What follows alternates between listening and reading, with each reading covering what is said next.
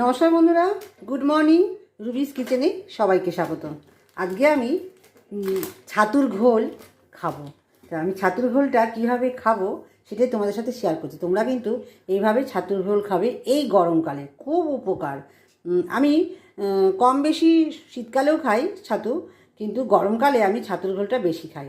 তো আমি 1 গ্লাস জল নিয়েছি, আর এরকম 2 চামচের মতন, এই চামচে 2 চামচের মতন আমি ছাতু দিয়ে নেব।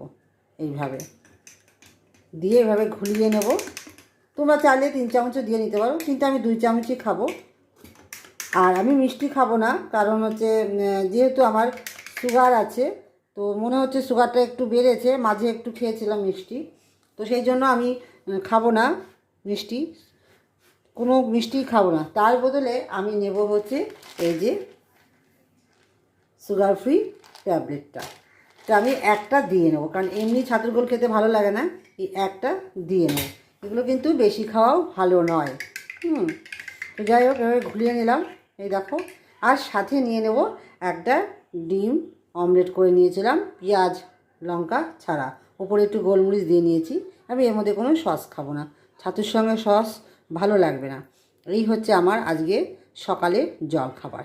কেমন লাগছে অবশ্যই কমেন্ট করে জানাবে। আর তোমরাও এইভাবে গরমকালে অন্তত 1 গ্লাস ছাতুর ঘোল অবশ্যই খাবে। চলো, তোমরা সবাই ভালো থাকবে, সুস্থ থাকবে। টাটা।